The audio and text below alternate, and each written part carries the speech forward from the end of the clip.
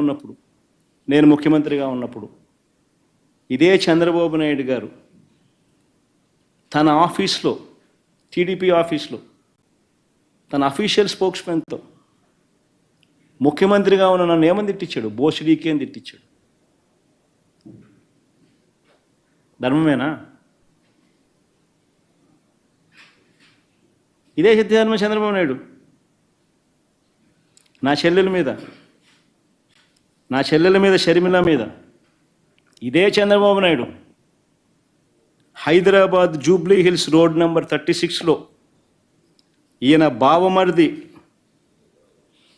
బాలకృష్ణ, లోకేష్ మామ, ఈయన సొంత టవర్ ఎన్బీకే బిల్డింగ్స్ నుంచి వెబ్సైట్లలో తప్పుడు రాతలు రాయించి ప్రచారం గతంలో చేయలేదా? పోలీసులు హైదరాబాదులో పోలీసులు దర్యాప్తులో ఇది తేలలేదా? ఇంతెందుకు ఇదే షర్మిలమ్మని అప్పుడే చంద్రబాబు నాయుడు గారి నైజం గురించి, చంద్రబాబు నాయుడు గారు చేస్తూ ఉన్న ఇటువంటి తప్పుడు ప్రచారం గురించి ఏమనిందో ఒకసారి అది కూడా విందాం. ఒకసారి అది కూడా పెట్టుమా, ఒకసారి చూద్దాం. ఒకసారి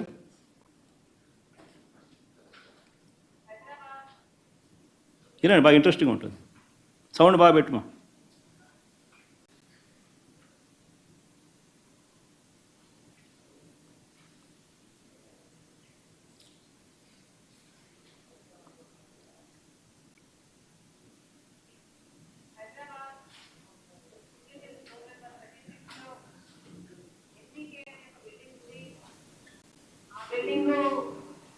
నందమూరి బాలకృష్ణ గారి ఆ బిల్డింగ్ నుంచే నాపై దుష్ప్రచారం జరిగిందని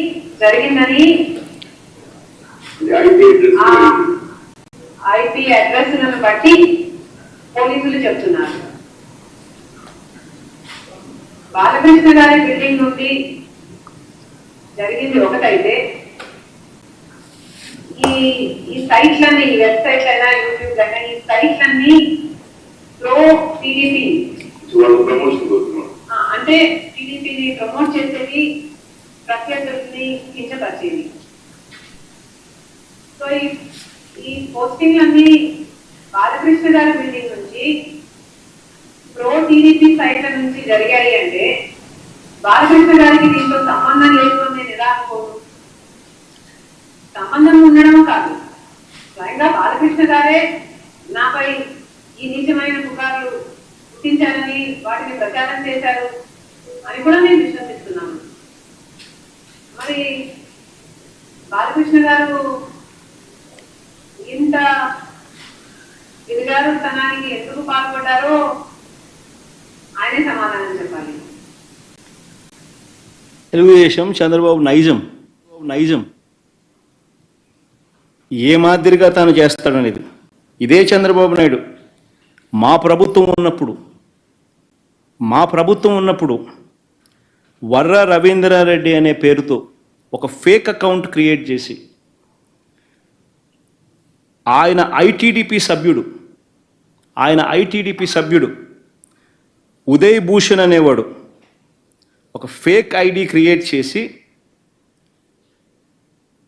దాన్ని ద్వారా మా అమ్మను మా చెల్లెల్ని తిట్టించినాడు. దాంతో ఫేక్ ఐడి వర రవీంద్రారెడ్డి పేరుతో క్రియేట్ చేసి మా అమ్మను మా చెల్లెల్ని తిట్టించినాడు. ఒకవైపున అది తిట్టిస్తూ ఆ వర్ర రవీంద్రారెడ్డి అనే ఆయన పెట్టిన కేసు ఆధారంగా ఫిబ్రవరిలోనే ఆ ఉదయ్ భూషణ్ అనేవాడిని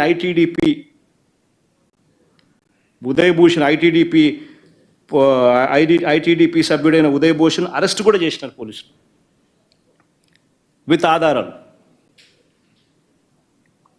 మరి ఎంత దారుణమైన నికృష్టుడు అంటే ఈ చంద్రబాబు నాయుడు అనే వ్యక్తి తన స్వార్థం కోసం ఎవరి మీదైనా సరే క్యారెక్టర్ అసాసినేషన్ చేస్తాడు. ఈయనే మన సింపథైజర్ ఎవరైనా ఉంటే వాళ్ళ పేరుతో ఫేక్ ఐడి క్రియేట్ చేస్తారు. వాళ్ళతో వాళ్ళని తిట్టిస్తాడు, మనం తిట్టించినామని బయట ప్రచారం చేస్తాడు. అంటే ఇటువంటి మనిషి ప్రపంచ చరిత్రలో చాలా అరుదుగా దొరుకుతాడు, అరుదుగా పుడతాడు. ఒక రాక్షసులు అప్పుడప్పుడు పుడతా అంటారు. ఈ మనిషి నిజంగా అట్లా అంటాడు.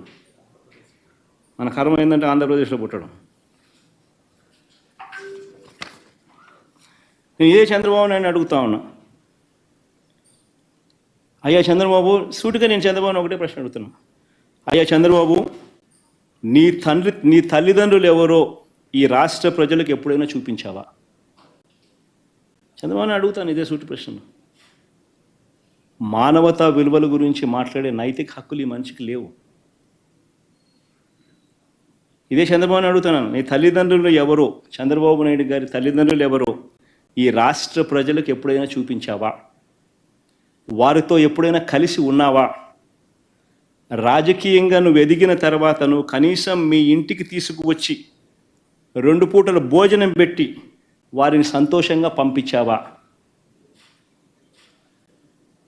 కనీసం వాళ్ళిద్దరూ కాలం చేస్తే కనీసం తలకొరివైనా పెట్టేవా వాళ్ళకు?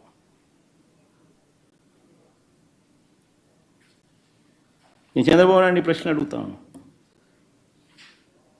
ఇలాంటి మానవతా విలువలు ఏమాత్రం లేని వ్యక్తి ఈ చంద్రబాబు.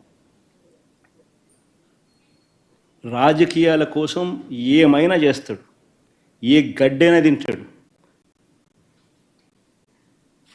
ఏ అబద్ధమైనా ఆడతాడు, ఏ మోసమైనా చేస్తాడు.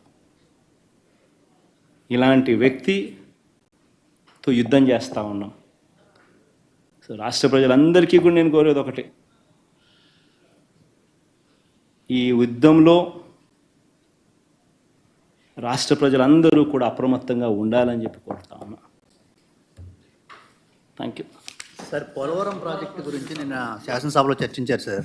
పోలవరం ప్రాజెక్టు 2027 కల్లా కంప్లీట్ చేస్తామని చెప్తున్నాడు చంద్రబాబు. అది సాధ్యమవుతుంది అనుకుంటున్నారా? అదే కాకుండా దానికి వైఎస్ఆర్ గారు దాన్ని అస్తవ్యస్తం చేశారని, మీరు వచ్చాక రేవంత్ పెడితే ఇంకా ఆలస్యం విషయం కూడా ఒక ఆరోపణ. అసలు పోలవరంలో ఈరోజు ఈ పరిస్థితి ఉంది అంటే దానికి కారణం ఎవరు? నేను చెప్పిన రిపోర్ట్లు కాదు. మొన్న ఈ మధ్యకాలంలోనే కేంద్రం ఇచ్చిన రిపోర్ట్లు, అఫీషియల్గా కేంద్ర ప్రభుత్వం అఫీషియల్గా స్టాంపు కొట్టించిన రిపోర్టు, మన టెక్నికల్ పీపుల్ వచ్చి ఇచ్చిన రిపోర్టు ఏమని,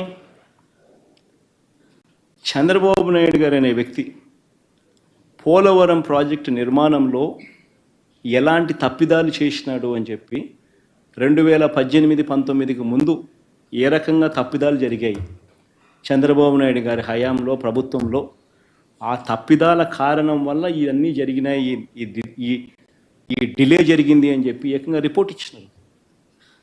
అది పోలవరం ప్రాజెక్టులో ఎందుకు ఈ సమస్య వచ్చింది? చిన్న ఎగ్జాంపుల్ చెప్తా, సామాన్యునికి ఎవరికైనా అర్థమయ్యేట్టుగా చెప్తా. ఈ పోలవరం ప్రాజెక్ట్ అనేది ఇంత పెద్ద నది, దాదాపుగా 2.5 కిలోమీటర్లు వెడల్పు ఉన్న పెద్ద నది. ఇది పోలవరం. ఈ పోలవరం ప్రాజెక్టు నదిలో నువ్వు డ్యామ్ కట్టాలనుకున్నావు. పోలవరం ప్రాజెక్ట్ నదిలో నువ్వు డ్యామ్ కట్టాలి అని అంటే ఫస్ట్ ఈ 2.5 కిలోమీటర్ వెడల్పులో ఉన్న ఈ నదిలో వచ్చే ఈ నీళ్లు డైవర్ట్ చేయాలి కదా. డైవర్ట్ చేస్తేనే కదా నువ్వు ఇక్కడ వర్కింగ్ స్పేస్ వస్తుంది నీకు. ఇది బేసిక్ కామన్ సెన్స్ నేను చెప్తా ఉన్నా. ఈ డైవర్షన్ అనేది నువ్వు చేయకుండా, అంటే డైవర్షన్ అనేది నువ్వు స్పిల్వే ద్వారా చేస్తావు. ఇటువైపు స్పిల్వే పనులు, స్పిల్వే నువ్వు ఈ పక్క కడుతున్నావు. స్పిల్వేకి అప్రోచ్ ఛానల్ ఉంటుంది, స్పిల్వేకి గేట్లు ఉంటాయి, స్పిల్వేకి స్ట్రక్చర్ ఉంటుంది. సో ఈ నీళ్ళను స్పిల్వే ద్వారా డైవర్ట్ చేసి, నీళ్ళను పూర్తిగా డైవర్ట్ చేసిన తర్వాత నువ్వు ఈ 2.5 కిలోమీటర్ల వెడల్పు ఉన్న ఈ గోదావరి